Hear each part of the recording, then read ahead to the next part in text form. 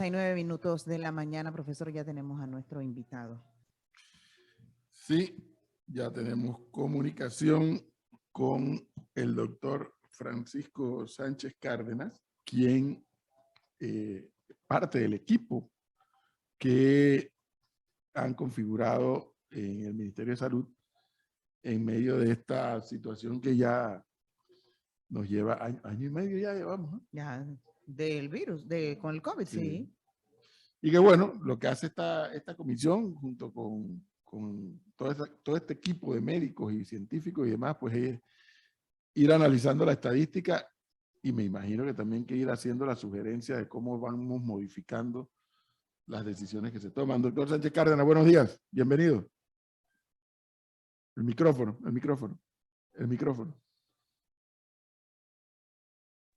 Ya. Ahora sí. Buenos días, ¿cómo están? Muy bien. Creemos que estamos bien todavía, creemos. En estos días, cuando se abrieron los restaurantes, que llegué a un restaurante de un buen amigo mío, el saludo fue en la puerta: ¡oh, estamos vivos!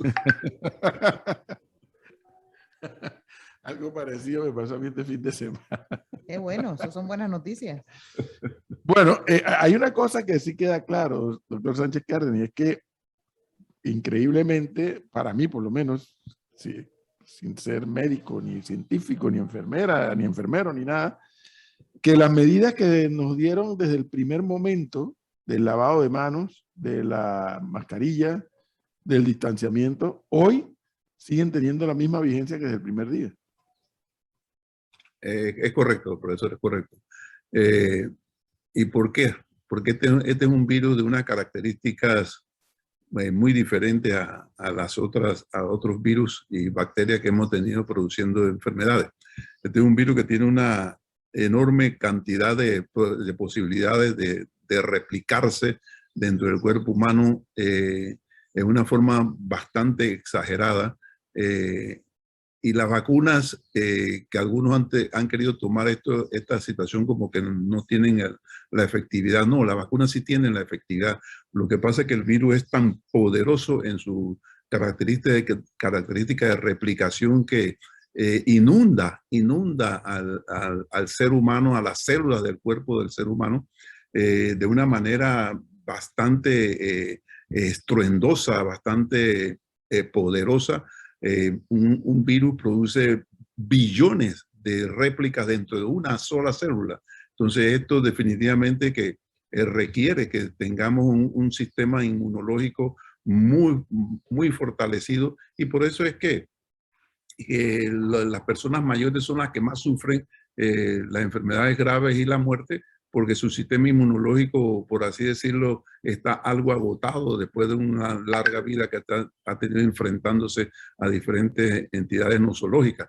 Entonces, esto es lo que hace que este virus tenga la característica de que aún estando vacunado, te puedes infectar. Te puedes infectar, pero ya no te vas a infectar de una manera como si no estuvieras vacunado. Yo tuve una experiencia muy buena en estos días, el fallecimiento durante las exequias de mi madre, donde el aforo que pusimos de 30 personas para la misa era de 30 personas, pero todas vacunadas. Y resulta que uno de esos vacunados a los 3-4 días resultó positivo.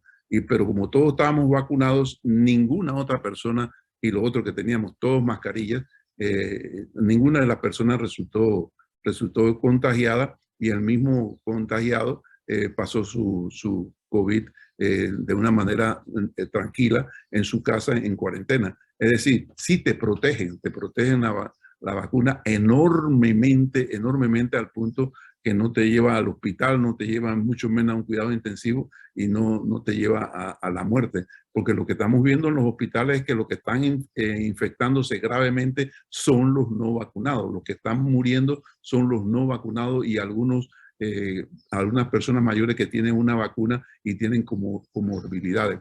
Entonces sí protege. No pongamos en la menor duda el efecto positivo que tienen las vacunas.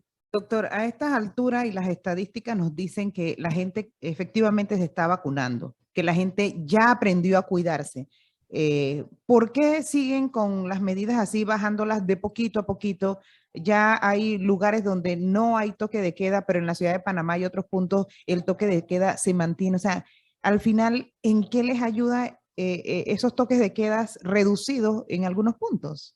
Enormemente ayudan. Mira, tenemos ahora mismo cifras no oficiales, un 52% de la población con 2 dosis. ¿Eso qué significa? Que de los 4.5 o 6 millones de panameños, la mitad por lo menos no tiene vacuna todavía. Esa es mucha gente. Son casi 2 millones de personas que no están vacunadas, que no tienen o quizás tengan una sola vacuna. Son 2 millones de personas que pueden, con la variante Delta que está en el Panamá, ya la tenemos aquí dentro de nosotros, con la variante Delta, si nosotros relajamos las medidas de bioseguridad y con los niños en la escuela, sería un tremendo peligro para la sociedad que en esos 2 millones de personas se nos meta la Delta de una manera como se ha metido en los Estados Unidos, como se ha metido aquí al lado en Costa Rica. En Costa Rica tenemos ahora mismo los contagios diarios de 2.000, 2.700, 2.500, mientras que aquí con nuestras medidas nosotros tenemos contagios que ya están en un promedio de más o menos 300 casos por día. Entonces, si nosotros relajamos estas medidas, porque ya mucha gente piensa que tenemos el virus totalmente controlado, sería una equivocación y un riesgo enorme para la población y seguiríamos manteniendo la economía restringida. Y lo que queremos es que cada vez más la economía vaya resurgiendo y que cada vez más la ciudadanía se sienta mucho más segura y no tenga el peligro de una enfermedad grave, sobre todo aquellos que no han sido vacunados. La gente que está muriendo en las salas de cuidados intensivos, hasta ahora es gente que no está vacunada o dentro de esos casos. El 95% de las personas que están enfermándose grave y que están muriendo son gente que no se han vacunado. Y que tienen algún tipo de comorbilidad que les ha complicado su situación de salud y por eso llegan a la sala de exactamente. Y vuelvo a repetirte, el coronavirus del Delta, que ya está dentro de nuestras poblaciones, tiene esa característica de que se replica aún mucho más que el coronavirus original. Entonces, esto en una persona mayor, en una persona, y no tan mayor ya, porque estamos viendo hasta personas jóvenes de 40, 38 años, que caen con unos cuadros, por no estar vacunados, caen con unos cuadros gravísimos, debido a la enorme potencialidad que tiene el virus de replicarse y agotar al sistema inmunológico. Y este sistema inmunológico no tanto que se agote, sino que sobrereacciona ante la enorme cantidad de virus, y esa sobrereacción del sistema inmunológico también se convierte en una patología para los pacientes. Doctor, ha estado saliendo información sobre la tercera dosis o la dosis de refuerzo. Hay países que ya la aprobaron y que van a ponerle a los ciudadanos esa tercera dosis de la vacuna. Pero también la OMS y la FDA han dicho que no es necesaria una tercera dosis como refuerzo. En Panamá, ¿están debatiendo el tema? ¿Qué se va a hacer aquí? La gente de vacuna, el grupo que maneja el término científicamente la vacuna, y yo apoyo esa idea, piensa que nosotros debemos esforzarnos por ponerle una tercera dosis a grupos muy especiales. En esta fase de conocimiento científico que se tiene de las vacunas y de la enfermedad. ¿Cuáles son esos grupos especiales? Los grupos que tienen unas enfermedades crónicas muy severas, grupos que sufren de cáncer, grupos que sufren de enfermedades contagiosas como el HIV, que exigen de nuestro sistema inmunológico un enorme esfuerzo, y sí se ha visto que su producción de anticuerpos no es igual a la de una persona con su sistema inmunológico íntegro o bastante regular. Entonces, a esas personas Yo sí creo que va a ser necesario y por ahí van caminando el grupo de vacunas y los científicos, de que a esas personas, una vez ya tengamos el 80-85% de nuestra población, que va a ser bastante pronto, ya vacunada, entonces reiniciemos este refuerzo de vacuna en estos grupos muy especiales. Llegamos a los meses de verano. Ya en los meses de verano quizás la ciencia nos vaya con todo lo que ha pasado en este año de vacuna, ya la ciencia nos vaya a decir cuál es el comportamiento final de todos estos grupos que se han venido vacunando de enero a esta parte, desde diciembre, perdón, del año pasado a esta parte, cuál es el verdadero estado de esas personas ya vacunadas durante este tiempo y qué cantidad de anticuerpos producen, qué durabilidad tienen estos anticuerpos. Entonces ya en verano muy probablemente nos van a dar otras indicaciones de cuáles son los otros grupos que deben vacunarse o si toda la población mundial va a requerir una tercera dosis. Todas estas son cosas que se van desarrollando científicamente porque recordemos, este es un virus nuevo, esta es una enfermedad nueva, esto no es conocido, esto es totalmente desconocido y se ha avanzado enormemente en el conocimiento, pero todavía no tenemos el 100% de los conocimientos establecidos. Estas variables ¿cómo le llaman ustedes? Toda esta variable Del COVID. Del COVID, algunas todavía, algunas ha resultado resistente a la vacuna, o todas las vacunas la han podido combatir. El micrófono, doctor, el micrófono. El micrófono. El micrófono lo tiene cerrado. Ya. Sí. Las vacunas que, sobre todo las que estamos utilizando aquí en el país, que son la Pfizer y la AstraZeneca, han mostrado una efectividad por arriba del 90% contra todas las variables. Hay otras vacunas que tienen una efectividad mucho más baja. Creo que si mal no recuerdo, una asiática, no voy a decir de qué país porque no estoy seguro, sí tiene una efectividad de creo que si mal no recuerdo, un 52%. Pero aún esa efectividad no es mala, es una vacuna que se puede utilizar contra todas las variables, pero las que estamos utilizando aquí en el país son las más efectivas en cuanto a la efectividad contra el coronavirus. Dicho eso, entonces, ¿qué pasará cuando, en el caso de Panamá, doctor Sánchez Cárdenas, las autoridades, tanto el Ministerio de Salud como el propio órgano ejecutivo, nos digan, bueno, Panamá tiene, no sé, 80, 90% de su población vacunada, etcétera? Cuando eso ocurra, ¿qué deberá pasar después? O sea, ¿ya quedamos todos liberados o tendremos que someternos como nos sometemos todos los años con la vacuna de la influenza? Es una de las interrogantes que traté de explicar anteriormente. Esta es una enfermedad totalmente nueva, un virus totalmente emergente y su evolución posterior a cuando ya tengamos el 80-85%, lo normal y lo conocido en epidemiología es que una vez se llega a esos términos de población vacunada, el virus ya no encuentra dónde replicarse y van apareciendo los casos endémicos, que se llaman los casos esporádicos que aparecen en la sociedad como lo son la influenza. Pero yo pienso que personalmente, por la edad que tengo, yo seguiré con las medidas de bioseguridad por lo menos un año más después que esto haya pasado de la forma aguda en que se encuentra. Efectivamente, por eso, porque todavía no se sabe cuál va a ser el comportamiento del virus, si va a aparecer una nueva variante mucha más agresiva que la Delta. Son cosas que en el camino la ciencia tiene que ir dilucidando y tiene que ir aclarándole a la población.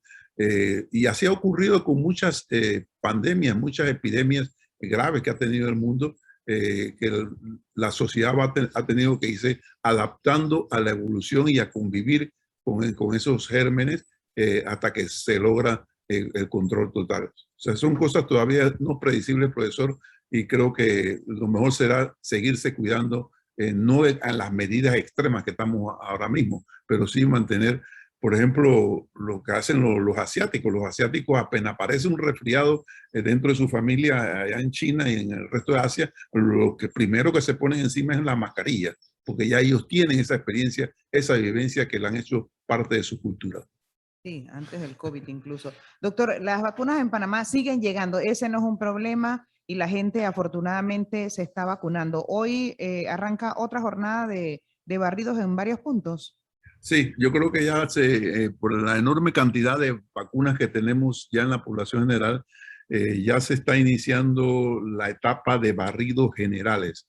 Se van a abrir una enorme cantidad de puestos, sobre todo en los grandes centros comerciales del país, para que la gente vaya con o sin cita para que ya la vacunación sea cada vez más general. Y ya la próxima etapa será ya cuando se establezca, tengamos más del 80-85% que ya van a ser todos los centros de salud los que van a ir, van a recoger a los rezagados que quieran vacunarse. Porque sí, insistimos que no se está obligando a nadie, se está tratando de convencer a las personas de que se tienen que vacunar y esa es una tarea que va a continuar quizás por el resto de los próximos 2 años, de seguir convenciendo a las personas de que se vacunen. Son diferentes etapas que se han venido cumpliendo. Ahora estamos en la de barrido general y posteriormente ya viene la comunitaria en cada centro de salud. Doctor, ¿qué tendría que pasar para ya eliminar las medidas restrictivas tipo toque de queda en los puntos que hace falta? ¿Bajar la cantidad de casos a una cifra específica? O sea, Yo creo que estamos próximos ya a esa etapa. Con 80-85% de población vacunada por ahí a finales de este mes, finales del próximo mes, mediados de noviembre, ya las medidas van a desaparecer, pero eso sí, que cada cual siga utilizando las medidas que crea convenientes según los sitios en que se encuentre. Por ejemplo, si vas a ir a un baile que muy probablemente se va a poder hacer ya en noviembre, cuídate porque puede suceder que algún infectado esté por ahí, pero no dejes de ir a tu baile. Si Dios quiere, nosotros ya en verano, si todo marcha bien, quizás podamos divertirnos como acostumbramos a divertirnos en verano, pero siempre cuidándonos de alguna u otra forma, no tan excesiva. La diversión, doctor, tendríamos que empezar en las escuelas. ¿Cuándo van a estar más muchachos en las escuelas? Apenas ayer, el lunes, empezó un grupo de forma semipresencial. O sea, ¿cuándo vamos a tener las escuelas ya con los estudiantes? Ya este año prácticamente es un año perdido. Yo creo que con más de 1 millón, casi 2 millones de panameños todavía sin vacuna, no creo que debemos forzarnos a que los niños vayan a la escuela. Mira lo que sucede, lo que está sucediendo en los Estados Unidos. Por esta situación de los antivacunas, los Trump que están antivacunas, los Trump que no quieren usar mascarilla, la cantidad de niños que se está viendo infectados en los Estados Unidos es alarmante. Es alarmante, ¿por qué? Porque el virus está dentro de esa población, a pesar de que los maestros están vacunados, a pesar de que el personal administrativo está vacunado, a pesar de que sus familiares muy probablemente están vacunados, el que exista una población tan grande de elementos no vacunados que se convierten en unas fábricas de virus, te está poniendo en peligro en los Estados Unidos a los niños, donde ya, según leí hace más o menos una semana, cada día se están infectando 300 y pico de niños en los Estados Unidos. Eso sería, es enorme la cantidad de niños que se está infectando. Y nosotros no podemos poner en riesgo con 2 millones de personas que todavía no tenemos vacunadas, que el virus vaya a coger una fuerza, el Delta, sobre todo y el Y la Delta va a coger una fuerza enorme que nos infecte a los niños en las escuelas. Yo entiendo esa parte, pero la presencialidad entonces debería ser aún mayor, no que hayan entrado el lunes 300,000 y el resto qué. Ya hay escuelas privadas en donde los estudiantes hace meses entraron de forma semipresencial. Una semana estaban en la casa uno, mientras los otros iban a la escuela. Y ya este lunes arrancaron con su población estudiantil completa. O sea, por lo menos que en el sector público la semipresencialidad sea 100% para que los estudiantes puedan avanzar un poco más. La Eso, semipresencialidad, no la presencialidad completa. no, porque si usted me dice que es riesgoso, pero bueno, entonces tomen en cuenta que todos den clases de forma semipresencial. Si una semana va este muchacho a la escuela, la otra semana se queda en la casa y el otro va a la escuela, que es lo que han estado haciendo en el sector privado. Bueno, es que yo creo que ese es el plan del ministerio, ir poco a poco, progresivamente aumentando la presencialidad. Yo creo que ellos empezaron con una presencialidad muy mínima hace más o menos un mes o 2 meses y ya van avanzando en esa presencialidad. No nos desesperemos, no pongamos, yo siempre digo, se pueden morir 5 o 6 ancianos y bueno, se murieron los ancianos, pero donde se nos muera un niño, uno que se nos muera por estar acelerando una situación en unas escuelas que no están totalmente bien estructuradas para atender a nuestros niños, donde parte de la población todavía tenemos que estar luchando, sobre todo en el transporte público, para que usen las caretas, donde todavía hay sectores poblacionales que no atienden las medidas, donde hay muchos niños. Andemos con calma y el tiempo lo vamos a recuperar, eso lo vamos a recuperar y los niños van a volver a la escuela mucho más. No, pero es que al final en el tema de educación hay un factor que ni Flor ni el doctor Sánchez Cárdenas han mencionado y que juega, que el MINSA puede decir que ya hay una cantidad de gente vacunada, que el MEDUCA puede decir que ya estamos listos para regresar a clase, pero si los dirigentes de los gremios dicen no, hasta ahí llegó la discusión, porque el sistema está secuestrado por la dirigencia de los gremios. Y bueno, y el sistema se deja secuestrar porque dice, no hacen lo que dice el gremio. Que no es el sistema. Aquí hemos llegado a ese punto, pues. El MINSA dice, ok, que no lo está diciendo todavía. El MEDUCA dice, ok, que todavía no lo está diciendo. A mí, por lo que yo estoy escuchando al doctor Sánchez Cárdenas, pareciera, me puedo equivocar, doctor, pero pareciera que el 2022 no debe ser un año que tienda a más normalidad, pareciera, por lo que está indicándonos usted, lo que está indicando las estadísticas. En consecuencia, es probable que el MEDUCA diga, bueno, estamos listos para regresar, pero si la dirigencia del gremio dice no, se enredó todo, cortocircuito de inmediato. Bueno, pero esperaremos a que esto siga evolucionando. Oiga, yo sé que no lo invitamos para hablar de esto, pero sería bueno conocer la posición o la opinión del doctor Francisco Sánchez Cárdenas en torno a lo que pasa con los diputados del PRD y esto de la reforma al Código Electoral. He estado en 3 entrevistas en el día de hoy y al final ustedes incluyéndolo, todos terminan en este tema. Ah, bueno, es lo que corresponde. Es una especie de gol de media cancha, pero bueno, no importa. Sí que quería saber sobre eso. ¿No? ¿Su opinión como miembro del PRD? Mira, y voy a repetir lo que he dicho en otros medios. Cuando el general Torrijos logró ya finalmente, después de 7 años de negociación, que se firmaran los tratados Torrijos-Carter. Eso fue definitivamente en medio de un sistema político autoritario, donde no se permitían los partidos políticos, no se permitía la disidencia, había exilados políticos, había muchas restricciones de libertades ciudadanas.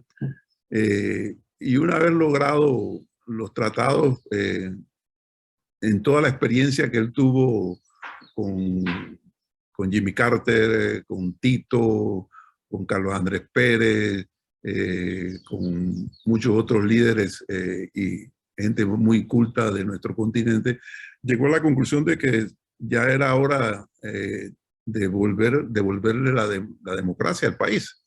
Y se esmeró en eso, se trajeron nuevamente a todos los exilados, se permitió su entrada al país, se permitieron los partidos políticos y se fue poco a poco entrando en la democracia, que no es el sistema político perfecto, pero es el mejor de los sistemas que existen, definitivamente.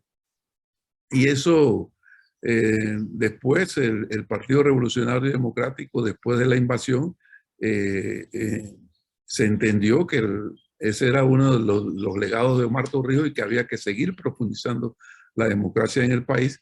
Y el Partido Revolucionario Democrático prácticamente liderizó lo que podría llamarse una democratización de la práctica partidaria en cada una de estas instituciones.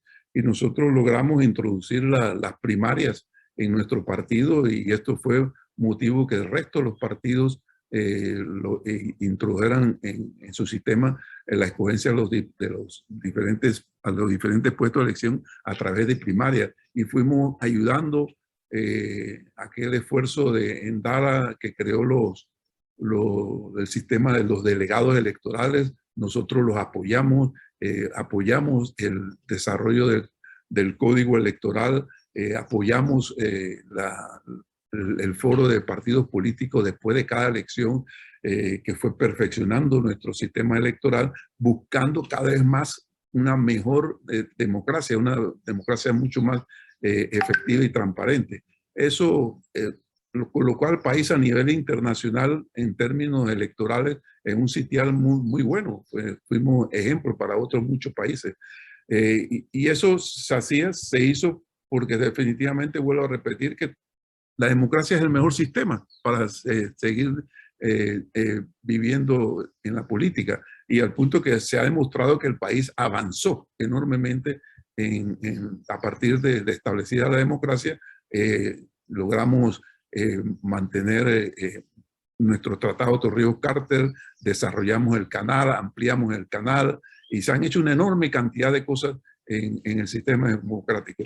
Entonces, esto que ha pasado en la Asamblea últimamente, por eso fue que yo puse ese Twitter, que esto rema en contra de la estrategia de democratizar el país que estableció dentro de nuestro partido el general Omar Torrijos. Fue uno de los legados nuestros de él hacia nosotros. Y cuando yo veo que la dirigencia de mi partido personalizada en el presidente del partido, que es presidente de la Comisión de Presupuesto y que tiene un enorme poder político, cuando veo que están haciendo totalmente lo contrario, entonces yo tengo que manifestar mi no complacencia con esta situación que está en contra de lo que se estableció en el partido, que siempre fue, después de la invasión, seguir profundizando la democracia. Y por eso es que puse ese Twitter y creo que lo que se expresó en el día de ayer a lo largo y ancho del país es una situación que no debemos permitir que el país vuelva a caer en esa misma situación que cayó al final de los años 80, cuando hubo un periodo enorme de tensión política en el país, que terminó en lo que todos conocemos, un periodo donde la gente dejó de pagar los impuestos, no pagaban luz, no pagaban agua, no había los recursos necesarios, teníamos que pagarle a los empleados con cheques, con plata de papel, de cheques por fecha, de cheques que inventamos. Todas esas son situaciones que ya hemos vivido. ¿Por qué entonces caer en esa misma situación por el simple deseo que tienen los diputados de reelegirse? Eso es todo lo que hay en este paquete, el deseo de ellos de reelegirse, y yo creo que el país no se merece eso. Un país que tiene unas oportunidades y unas posibilidades de llevar a cabo, después que venzamos esta pandemia, tenemos todo un horizonte para seguir desarrollando el país. Los consensos, doctor Sánchez Cárdenas. Muchas gracias, muy amable. Que esté bien. Gracias. Hasta luego.